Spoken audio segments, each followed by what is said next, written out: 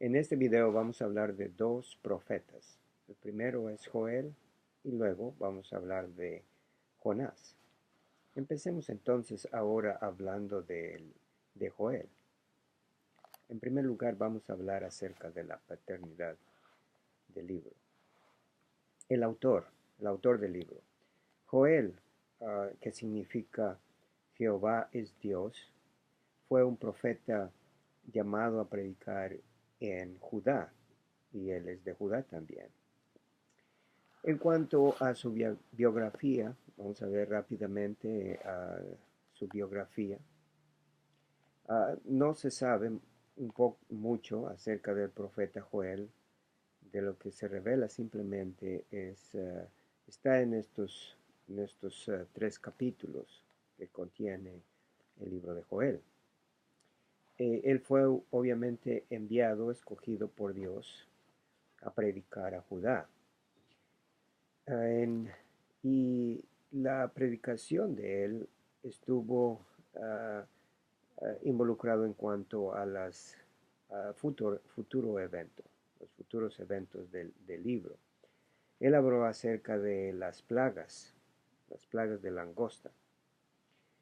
Y Joel se dice que ministró durante los años 835 a 796. No sabemos en realidad cómo murió. No hay mucha información acerca del profeta, pero creemos que en el siglo octavo Joel ministró en Judá. El nombre del libro.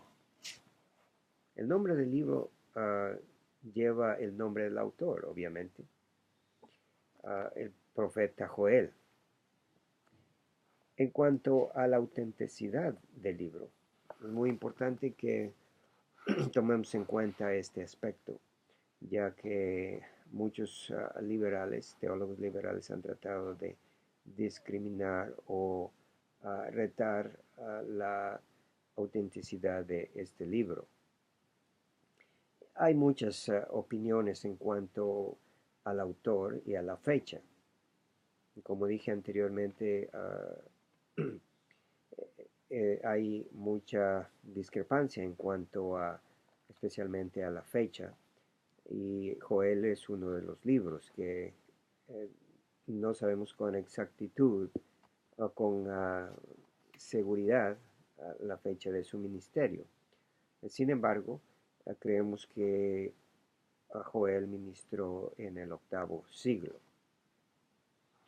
Por ejemplo, se puede comparar a Joel con Amós. Si leemos Amós capítulo 1, verso 2, dice así: Jehová ruinará desde Sión y dará su voz desde Jerusalén, y los campos de los pastores se enlutarán, y se secará la cumbre de Carmelo. Bien, esta es una alusión acerca de Joel, el capítulo 3, verso 16. Dice lo siguiente: Jehová rugirá desde Sión y dará su voz desde Jerusalén, y temblarán los cielos y la tierra, pero Jehová será la esperanza de su pueblo y la fortaleza de los hijos de Israel. Bien, la alusión de Amós aquí en Joel capítulo 3 verso 16 nos indica de que Joel fue un profeta auténtico. También en el Nuevo Testamento, en el libro de los Hechos, por ejemplo, en el libro de los Hechos, Pedro habló acerca de Joel. Él citó a Joel en su predicación. Vemos en Hechos capítulo 2, verso 17, por ejemplo. Y dice así: En los postreros días, dice Dios, derramaré mi espíritu sobre toda carne, y vuestros hijos, vuestras hijas profetizarán. y vuestros ancianos soñarán sueños, y de cierto sobre mis siervos y sobre mis siervas en aquellos días derramaré mi espíritu y profetizarán. Bien, toda esta cita hasta el 21 son alusiones del libro de Joel. Y eso nos da la seguridad de que el libro de Joel es auténtico. No solamente eso, pero también vemos a Pablo, citó en el libro de Romanos, capítulo 10, en Romanos, capítulo 10, 13, vemos también la declaración o la cita de Pablo. Bien, verso 13, capítulo 10 de Romanos, dice así, porque todo aquel que invocar el nombre del Señor será salvo. En esta cita es de Joel, capítulo 2. Vamos a Joel en el capítulo 2, verso 32, nos dice así, lea conmigo, dice, y todo aquel que invocar el nombre de Jehová será salvo. Bien, como vemos, Pablo cita a Joel y esto nos asegura de que el libro es auténtico. En cuanto a la fecha de escritura, aunque es muy difícil, como dije anteriormente, de fijar una fecha exacta, este libro es creído que fue escrito durante los primeros siglos, los primeros años del reinado de Joás. Y eso nos indica que Joás reinó durante los años 830 a 820 antes de Cristo. Entonces, como Joel no menciona acerca de los asirios y Babilonia, podemos llegar a una conclusión razonable de que Joel ministró o fue escrito el libro antes del 740, en el siglo VIII. El doctor Gleason dice lo siguiente, y voy a leer una cita del doctor Gleason, y dice lo siguiente: diversas escuelas críticas, tanto liberales como conservadores, han adaptado la profecía de Joel en el prolongado lapso que va desde el siglo IX hasta el siglo IV a.C., pero sobre las bases de la evidencia interna, la estimación razonable de que fue escrita durante la minoría del rey de Joás, en la regencia del sumo sacerdote Joiada, alrededor más o menos del año 830. Bien, eso es lo que dice Gleason Archer.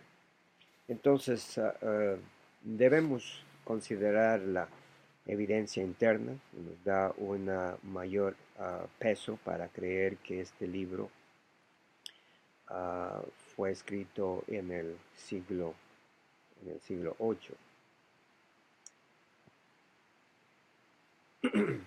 Bien, ahora hablemos acerca de los profetas contemporáneos, profetas contemporáneos. Joel profetizó durante el reinado de Joás, obviamente, como ya vimos. El profeta principalmente ministró durante el profeta Eliseo, que fue uno de los profetas contemporáneos. Ahora, hablemos de los temas principales de Joel. Joel habla principalmente acerca de la plaga de langostas. Es muy evidente durante el libro que se refiere a la plaga de langostas. Y él usó la plaga de langostas como un tipo de sufrimiento de Israel. Si podemos atribuir un tipo de sufrimiento de Israel, eso quiere decir que se dará durante la gran tribulación, es decir, el gran día de Jehová. El profeta menciona el día de Jehová muchas veces. Por ejemplo, veamos en capítulo 1, verso 15, dice así: Ay del día, porque cercano está el día de Jehová, y vendrá como destrucción por el Todopoderoso. En el día de Jehová es uno de los temas principales que Joel menciona. También el versículo 1 del capítulo 2, lo dice lo siguiente: Tocad trompeta en Sión y dad alarma en mi santo monte. Tiemblen todos los moradores de la tierra, porque viene el día de Jehová, porque está cercano. Bien, entonces el día de Jehová es un tema importante en el libro de Joel. Hablando de la plaga como un tipo de juicio para el pueblo de Israel, el Dr. Unger dice lo siguiente, y voy a leer. El Dr. Unger dice lo siguiente: así como el espíritu de profecía emplea con frecuencia alguna circunstancia local como ocasión para una profecía de largo alcance, como es en el caso de la predicción del nacimiento de la Virgen en Isaías 7:1, también la plaga de langostas es tomada como un símbolo del futuro día del Señor. En este periodo apocalíptico, en el futuro, como sabemos, el día del Señor, el Señor se manifestará a fin de establecer su reino sobre Israel. Es el periodo descrito gráficamente en Salmo capítulo 2. Esta es una cita de Dr. Unger con respecto al día del Señor que se llevará a cabo en el futuro. Ahora hablemos acerca de El Bosquejo. Este es un libro muy corto, cubre apenas 3 capítulos, pero es un libro muy importante. Nos describe acerca del el gran día del Señor como el tema principal. El capítulo 1, el profeta habla de la invasión de las langostas. El capítulo 2, el profeta habla de la invasión del enemigo, y el capítulo 3 de la invasión final de las huestes enemigas. Este bosquejo sencillo es adaptado del Dr. Unger. Como podemos ver, el tema principal del libro es el día del Señor. Veamos ahora unas notas importantes de este libro, unas notas únicas de este libro. En cuanto al estilo literario, en primer lugar, el estilo es destacado, y vamos a citar a Rand, y él dice lo siguiente en cuanto al estilo del libro de Joel. El estilo de Joel es sumamente poético y elegante. Sus descripciones son vivas y sublimes, y su profecía se halla colocado entre las joyas de la profecía hebrea. Joel describe este libro de una forma poética. El autor es un excelente escritor para describir el día del Señor, usando la invasión de las plagas. Entonces, es un libro rico en literatura. También el libro el libro tiene un propósito muy especial. Vamos a mencionar el propósito por el cual fue escrito este libro. en primer lugar a exhortar. Este libro es una exhortación para el pueblo de Israel.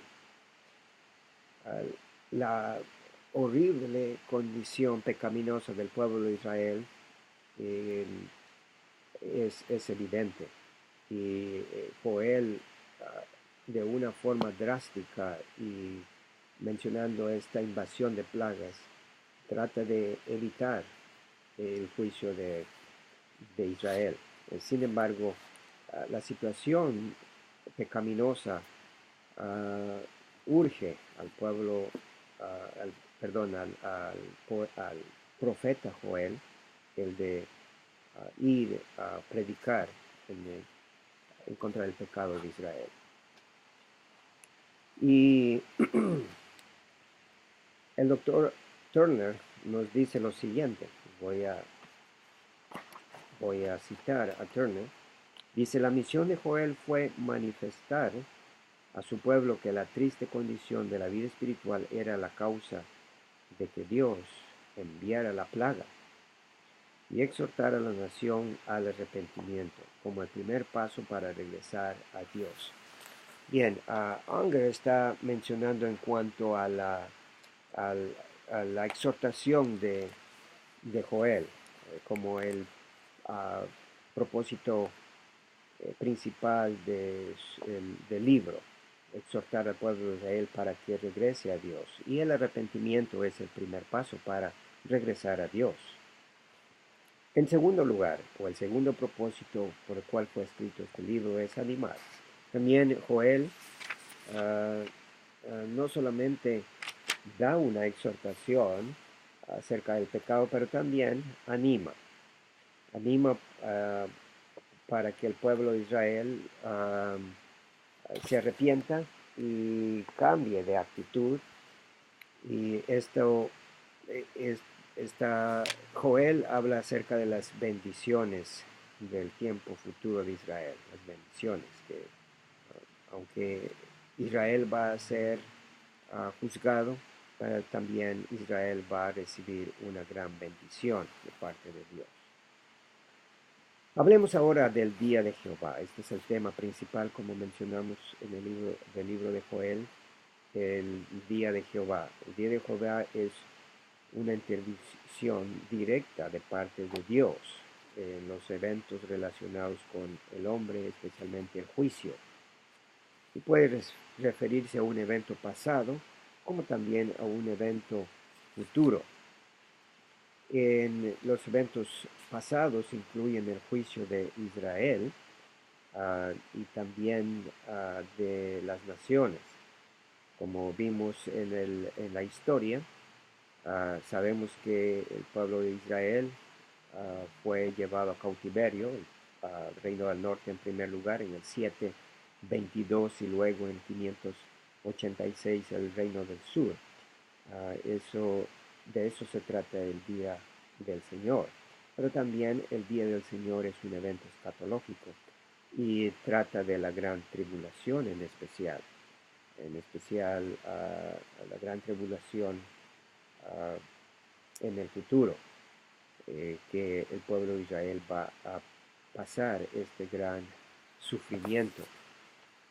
Bien, eso es en cuanto al libro de Joel. Ahora vamos a hablar acerca del libro de Jonás. Jonás es un interesante libro que lleva como nombre, el título del libro es tomado de su mismo nombre. Y empecemos hablando acerca de la paternidad literaria. Jonás significa paloma y fue un profeta de Israel, a Nínive, y fue él quien escribió el libro. Veamos una cita de Brown en el comentario exegético y expositivo de la Biblia. Voy a leer aquí lo que dice Brown en cuanto a Jonás. Dice: si la pureza del lenguaje denota la antigüedad del libro probabilidad de ser escrita propia de Jonás. Ciertamente ninguno, sino Jonás, pudo haber escrito o dictado detalles tan peculiares, conocidos solamente por el mismo autor. Como ustedes apreciarán cuando leen el libro de Jonás, que Jonás da detalles específicos de su experiencia que tuvo dentro del pez, antes y después también de esa experiencia. Entonces es muy evidente que Jonás es el mismo autor de este libro. En cuanto a la bibliografía de Jonás, Jonás es hijo de Amitai, profetizó durante el reinado de Jeroboam II, fue un rey de Israel. Veamos lo que dice Unger en cuanto a Jonás. Voy a leer lo que dice una cita de Unger. Dice así: el ministerio de Jonás presidió en poco al de Amós bajo Jeroboam II, y consistió en predicar victoria sobre los sirios y la mayor extensión del control limítrofe israelita. Eso es lo que dice Unger. Bien, cuando Dios llamó a Jonás para ir a Nínive, Jonás trató de huir de la presencia de Dios, tomando otro lugar, el lugar opuesto de Nínive, y trató de huir. Sin embargo, Dios durante esa travesía, podemos decir, durante esa desobediencia, trató con Jonás. De manera que Jonás se encuentra en el pez, dentro de un pez grande, como dice la Biblia, y ahí es cuando él llega en sí, se arrepiente y decide en su corazón el de obedecer a Dios. Luego, después de que sale del pez, Jonás fue a predicar a Nínive como respuesta a su obediencia. Y por último, el libro termina con una actitud abnegada de Jonás. Y en esa es la experiencia de Jonás en sí, de lo que trata el libro en sus 4 capítulos. El nombre del libro es Jonás, como hemos mencionado. El nombre de la Biblia española es tomado de la Vulgata, que significa Jonás, y en hebreo, Jonah, y en griego, Ionas. Ese es el nombre del libro. Hablemos ahora de la autenticidad del libro. Muchos comentaristas han dudado de este libro, han tratado de investigar científicamente y probar si es posible de que una persona pueda entrar dentro de un pez y sobrevivir por 3 días y luego salir vivo. Esa es una de las causas por el cual muchas personas niegan la autenticidad de este libro y dicen que simplemente es una fábula, por el hecho de que es imposible que una persona pueda vivir dentro del pez. Sin embargo, debemos mencionar que el libro de Jonás es atribuido como un libro auténtico por la razón de que en el Nuevo Testamento tenemos la referencia en cuanto a Jonás. En Mateo capítulo 12, vamos a ver en el versículo 41, nos dice lo siguiente. Dice: los hombres de Nínive se levantarán en el juicio con esta generación y la condenarán, porque ellos se arrepentirán, arrepintieron a la predicación de Jonás. Y he aquí más que Jonás en este lugar. Bien, el Nuevo Testamento alude, cita, menciona a Jonás como un evento histórico. También en Mateo capítulo 12, en el mismo libro, versículos 38, leamos lo siguiente. Dice, entonces respondieron algunos de los escribas y de los fariseos diciendo, Maestro, deseamos ver de ti una señal. Y Jesús le respondió, la generación mala y adúltera demanda señal, pero señal no se le dará, sino la señal del profeta Jonás. Una evidencia que autentifica la historicidad y también el libro como un libro auténtico y relacionados en cuanto a los eventos de Jonás es la cita de nuestro Señor Jesucristo.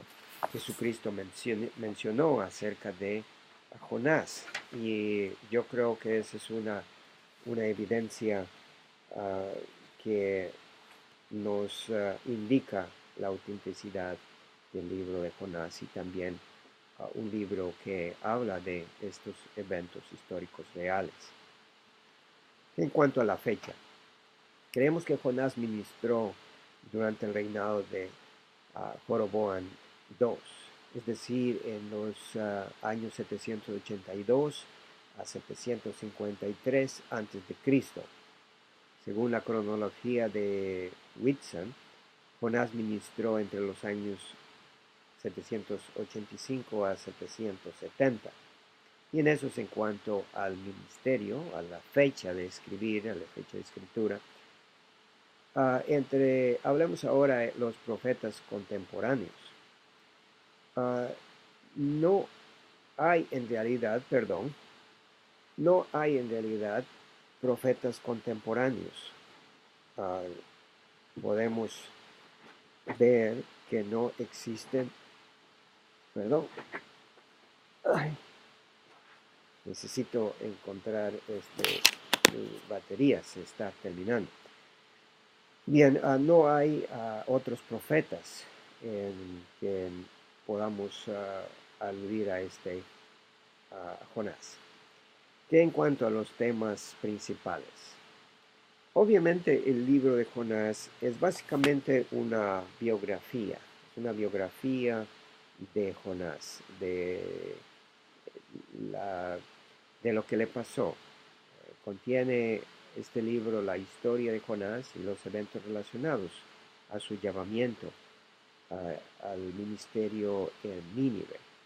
Entonces, eso se relaciona a los temas principales.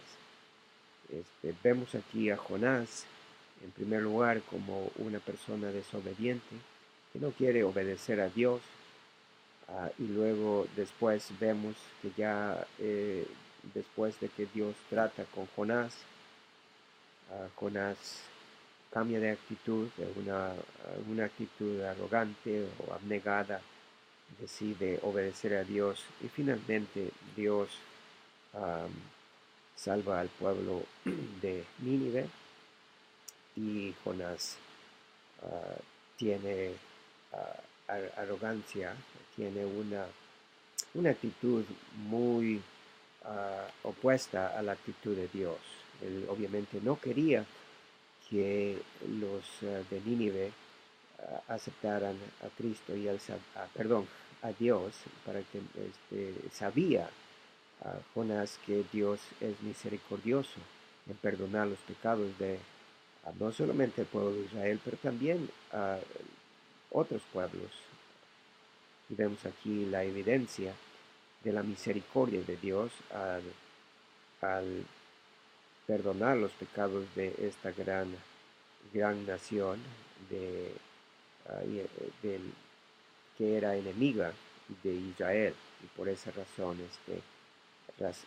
Jonás no quería ir a predicar. Sabía él que ah, ese pueblo eh, de Nínive, los asirios, no eran unas personas buenas, eran unas personas déspotas que ah, invadían a otras naciones y por esa razón Jonás quería que ese pueblo sea destruido y Dios tenía otros planes para ese pueblo. Como sabemos más adelante a través de los profetas que Dios va a usar a Siria para castigar al mismo pueblo al mismo pueblo de Israel. Bien, en cuanto al bosquejo de este libro, uh, es un libro de 4 capítulos, muy sencillo de poder memorizar y recordar. El primer capítulo habla acerca del llamado de Jonás y el segundo capítulo habla de la humillación de Jonás. El tercer capítulo habla acerca de la obediencia, es decir, que Jonás obedece el llamado de Dios a predicar. Y luego el capítulo 4, Jonás es corregido en cuanto a la actitud abnegada que él tiene contra el pueblo de Nínive. Bien, ahora vamos a tocar rápidamente algunas notas adicionales de este libro. En primer lugar, hablemos de la rebelión de Jonás. ¿Por qué es que Jonás desobedeció a primera instancia al ir a predicar a Nínive? Bueno, la respuesta es porque Jonás sabía el tipo de personas que eran los habitantes de Nínive. Y él odiaba a esta nación, a Siria. Y por esa razón él no quería que este pueblo sea salvo, más bien que él quería que esta nación sea destruida por Dios.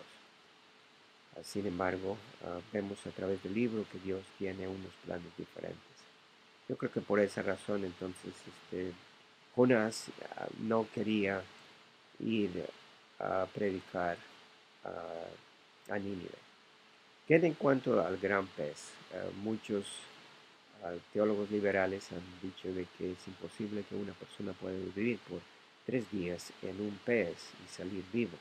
Y por esa razón ellos no creen en la autenticidad de este libro y lo catalogan como una historia, una fábula, simplemente. En primer lugar,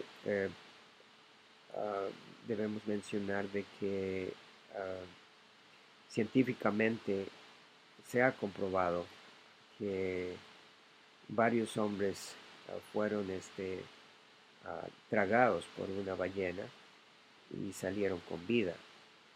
Si usted quiere más información en cuanto a estas pruebas científicas, vea por favor Archer en reseña crítica de una introducción al Antiguo Testamento. Ahí Archer trata con este asunto, probando que hay otras personas también que han sido tragados por peces grandes. En realidad no sabemos qué tipo de pez. La Biblia simplemente dice que es un pez grande. Muchos piensan que es una ballena. No creo que haya ningún problema en pensar que es una ballena. Lo único que sabemos que es un pez grande. En segundo lugar, no sabemos cuál tipo de pez es. Como dije, simplemente creemos que es un pez grande. En tercer lugar, esta historia es un milagro de Dios.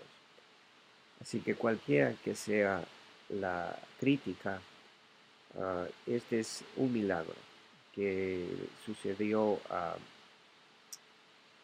Jonás.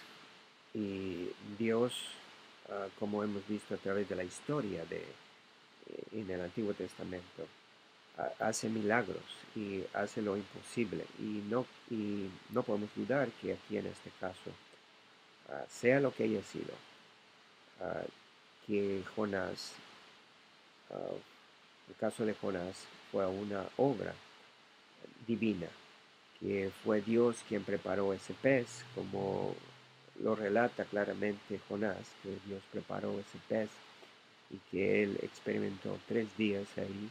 Fueron unos 3 días llenos de angustia, ah, lleno de desesperación, hasta el punto de que él decidió arrepentirse y obedecer a Dios.